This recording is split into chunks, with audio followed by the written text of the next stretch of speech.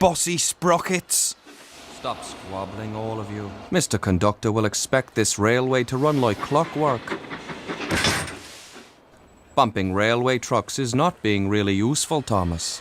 Toby, I know you're very wise, but the trucks are very silly. Silence. You can't say that, Percy. You can't say the word silence. Only Sir Topperbat's allowed to say that.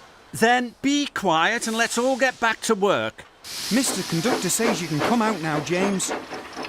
Little engines can do big things, especially when they have nice blue paint like me.